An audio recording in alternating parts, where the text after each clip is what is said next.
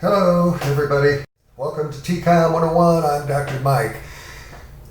Hey, in this lecture, I want to continue to talk about the telecommunication technology megatrends.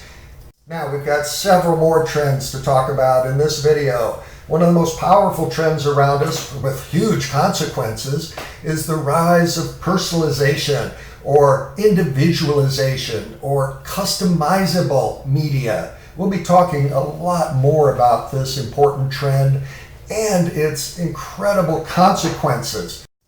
But personalization is the delivery of individualized or customized information and entertainment via the electronic media. We get what we want, when we want, on demand. Okay, and a lot of the information is tailored just for us. Okay? Now, we can see personalization in a lot of areas. Just do a search on Google. Everybody who searches on Google gets different results based on information that Google has gathered about us. But another great example of personalization is a audio streaming service like Pandora. It's highly personalized. You can pick the music that you want, make your own playlist, and make it all about you. That's personalization. The smartphone is increasingly personalized, all kinds of apps that appeal to our personal interests, needs, desires, whatever gratifications we're seeking, we can probably find an app to help deliver those. All right, another hugely important trend is advances in miniaturization. Did you notice that a lot of electronic equipment has gotten smaller during the course of your lifetimes? Miniaturization is the shrinkage of the dimensions of a technology, whether it's the length, the width, the height, but it's about the design and construction of TCOM equipment in small scale. Look in your pocket at that smartphone. It's an incredible small miniature device. Have you ever heard of nanotechnology? That's an interesting field. That's miniaturization technology dealing with matter on a molecular size scale. Nanometers, 1/1,000,000th of a meter. Incredible research is being done in the field of nanotechnology as it relates to telecommunications devices.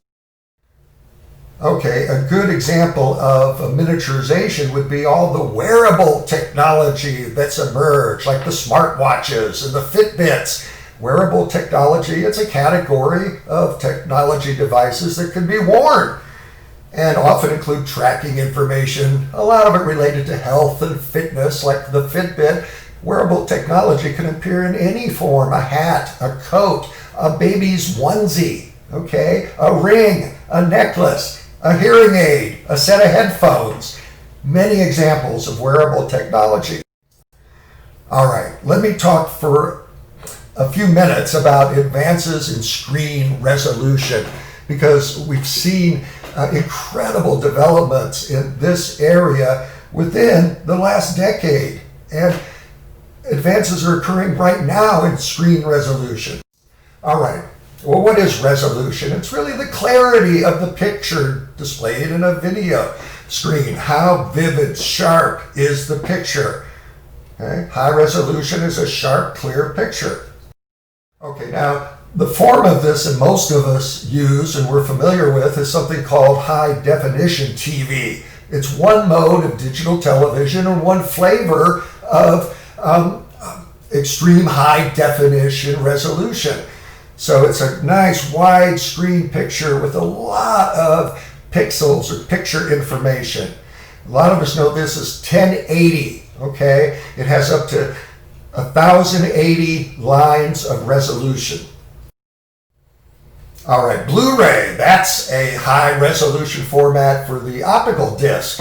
Okay, a lot of you use Blu-ray. It's great for movies. A lot of these are used on storage, for storage in server farms, okay? The Blu-ray disc have a lot of uses besides just delivering movies to us. All right, now if you go purchase a TV, you're going to have to make some choices about some TVs that are hyperpixelated.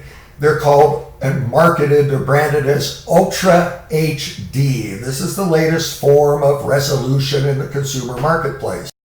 All right, now traditionally, they're playing some games here with the pixels, right?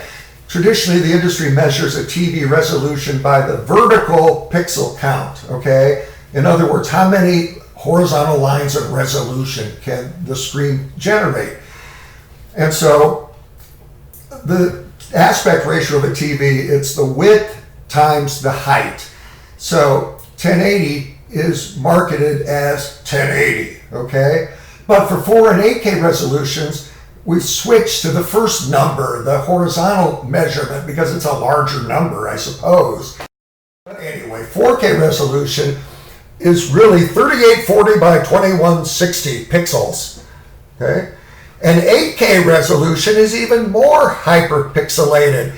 That's 7,680 times 4,320 pixels. But 4K, 8K, okay, are the new flavors of high resolution, hyperpixelated screens, and they deliver incredibly sharp pictures, but boy, they chew up a lot of data.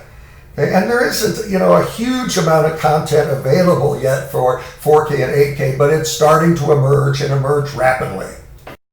Okay, here's a graphic that kind of compares these resolution schemes.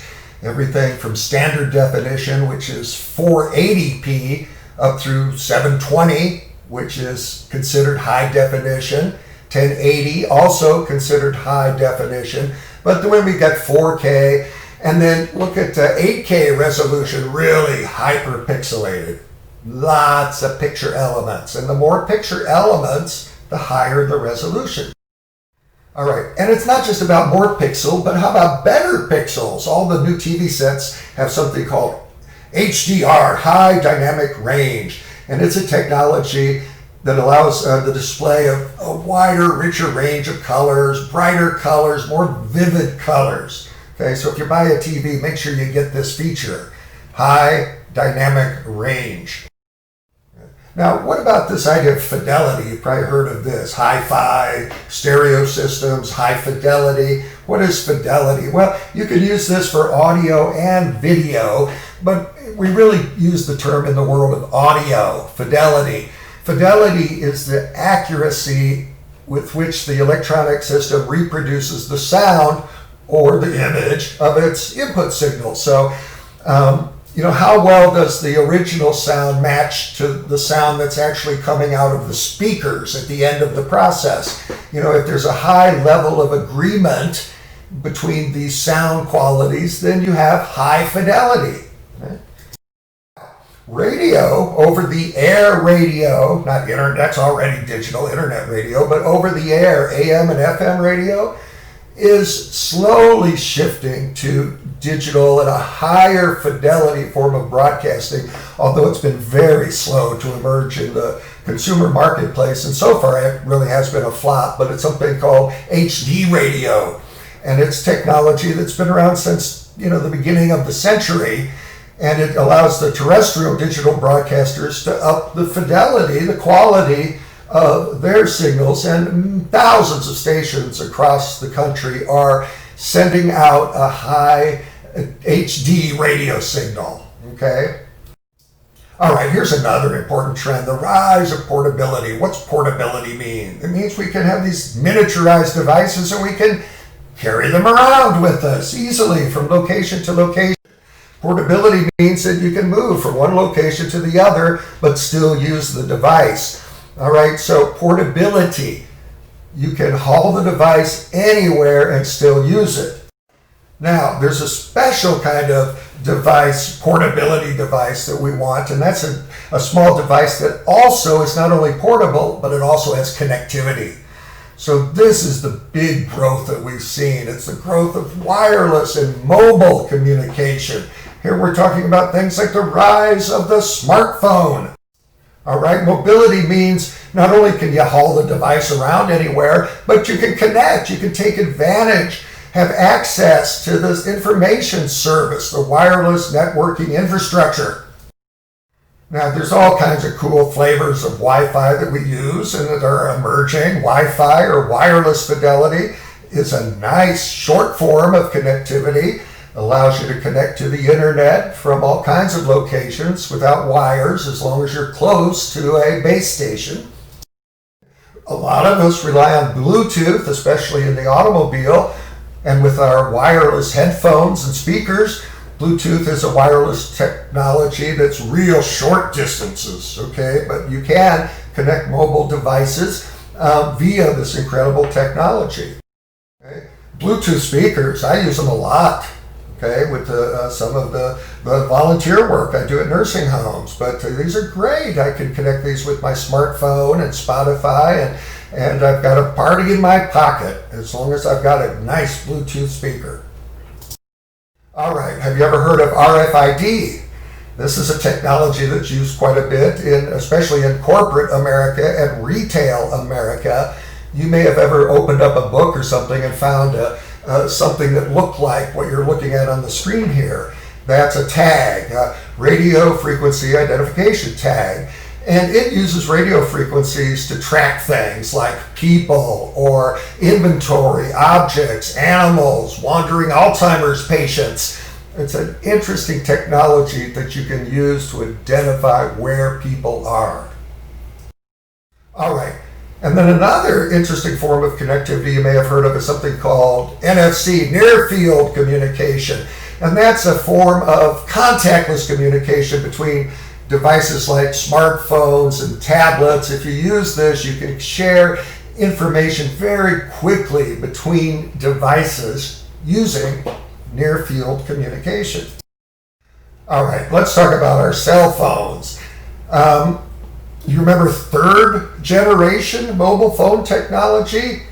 3G was a great step up. First and second generation cell phones were just, voice and text. But when we got to 3G, we could start to transfer some of that non-voice data, like television, like videos, like some web data.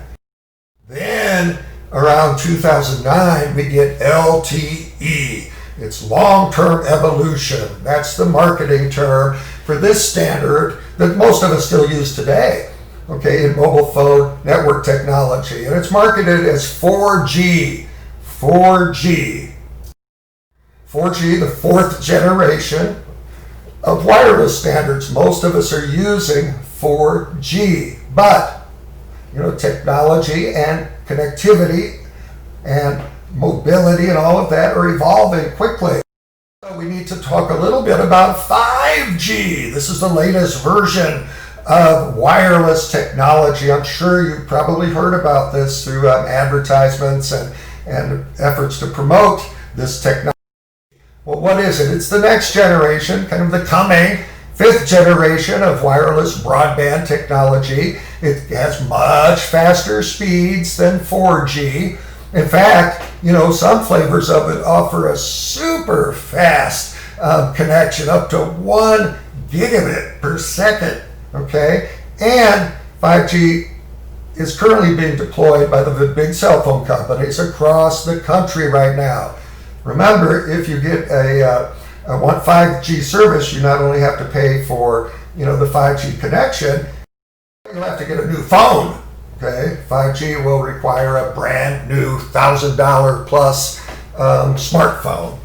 Now, I want to make you aware of this. There's actually 3 flavors of 5G that use different wavelengths to connect.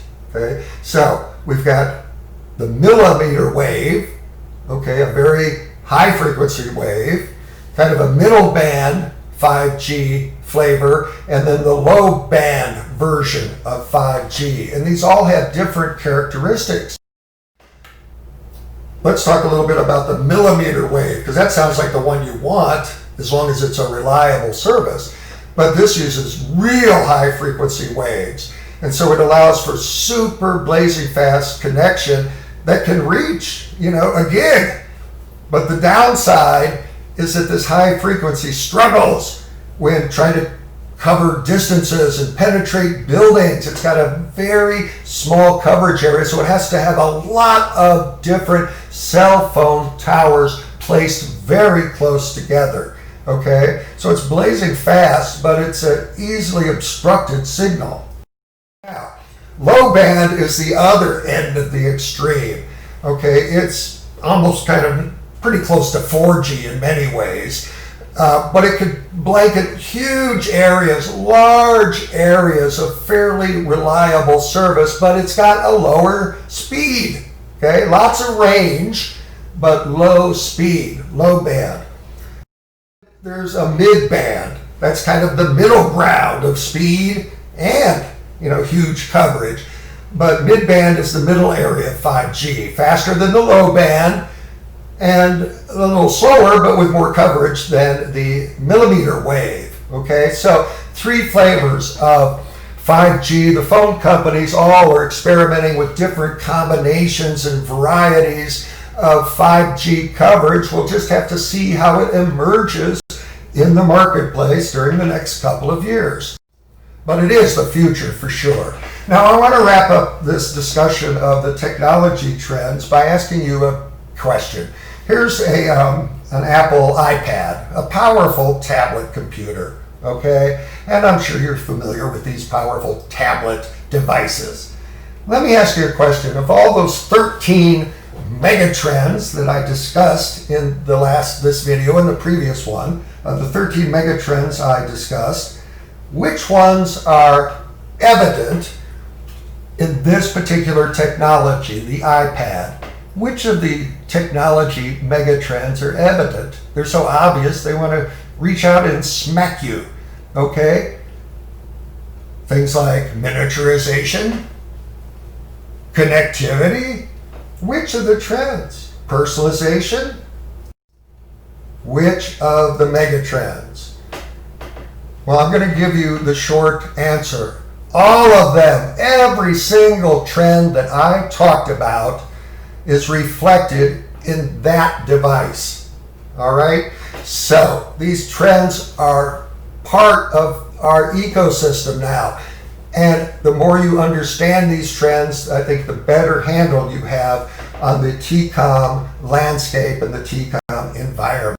So that's all I've got for the TCOM megatrends. Hey, check out the next video because I'm going to start talking about the downside, the unintended negative consequences of all of these trends. So stay tuned for that. Until then, take care of yourself and everybody else, and I'll see you soon. So long.